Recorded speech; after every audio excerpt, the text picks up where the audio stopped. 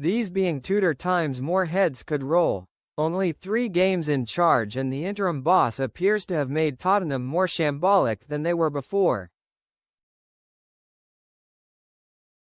3 games, 3 defeats, 9 goals conceded. Having lost to rivals from the north and west of London, it was the turn of the south, with Crystal Palace kicking Spurs further towards relegation trouble. Oliver Glasner's team were grateful for 3 points, but let's be honest, they did not have to work too hard. This was a masterclass in self-destruction from the home team. A 20-minute meltdown before halftime, and after which it was hard to believe Spurs had taken the lead in the 34th minute. Dominic Solanke put them ahead from a low cross by Archie Gray, and the noise levels were off the scale as celebrations soaked with relief rolled around the Tottenham Hotspur Stadium. 4 minutes later, Mickey van de Ven was sent off for pulling back Ismaila Sarr when he was through on goal. Sarr levelled from the penalty spot and panic gripped Spurs. Interim boss Igor Tudor looked on from the touchline with a glazed expression. No doubt wondering what on earth he had walked into. It certainly appears beyond his scope to arrest the slide. The question is there anyone who can? Harry Redknapp to the rescue? The timing might not be quite right with the Cheltenham Festival about to start. This is a 5th successive defeat for Spurs, and the winless run extends to 11 in the Premier League. They have 4 points from a possible 33 and now teeter 1 point above the dotted relegation line with 9 to play. They are next at Liverpool after a Champions League tie at Atletico Madrid. Speaking post-match, Tudor refused to elaborate on the mood in the dressing room. "That's a private thing," he said. Or on his job security. "I don't think in that direction, I have a job to do, that's all," he said. Or on whether he would take charge of another Spurs game. "No comment," was his stern response to that question. For those 20 minutes before halftime, Palace toyed with Spurs. Adam Wharton and Daichi Kamada dominated the midfield. Those in white shirts seemed to freeze. Petrified. Think England against Iceland and the paralysis of fear. Matthijs Telephone, who had started the game well, played a loose pass to Pape Matar Sarr, enabling Evan Gesand to step in and win the ball. Gesand moved it quickly to Wharton, who threaded it into the feet of Jørgen Strand Larsen, and he scored.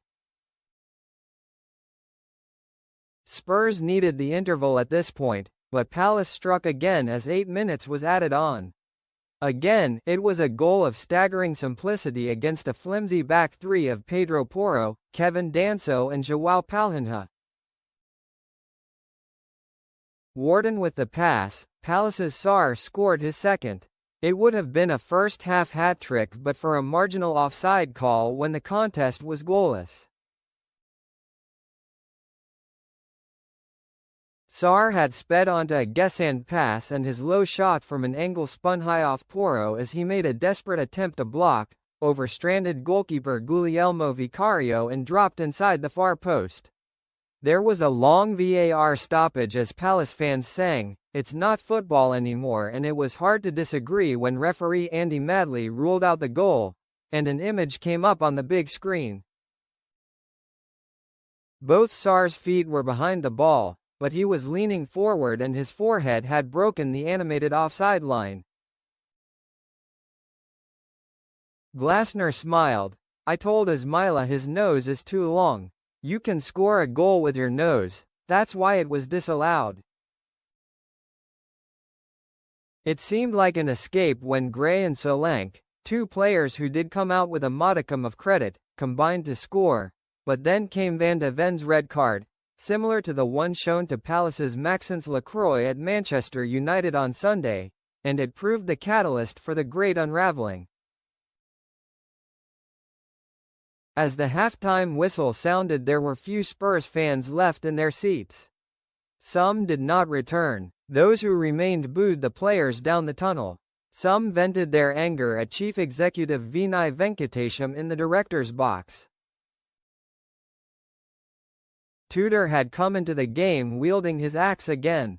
There were 4 changes to the team he accused of lacking in all areas at Fulham on Sunday. There was another change of shape, too.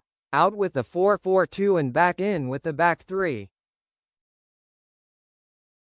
But the anxiety of the occasion, heightened by Wednesday's results when West Ham and Nottingham Forest reeled Spurs closer to the bottom 3, bled into the football. The first half-hour was terribly disjointed, albeit with Palace on top. Wharton tested Vicario within a minute. Sousa, making his first start since signing from Santos in January, suffered a torrid first 10 minutes until his awful late tackle left Daniel Munoz in a heap with an injured shoulder. Spurs were more competitive in the second half. Tudor, it seemed, had got some sort of message through to them. At least they fought and restored some pride, but Palace's depleted and inexperienced back 3 resisted. Dean Henderson stood firm, made a fine save from Solanke when a goal would have recharged the home crowd. As it was, the fans in the away end were the only ones having fun. Spurs fans left dreading the worst.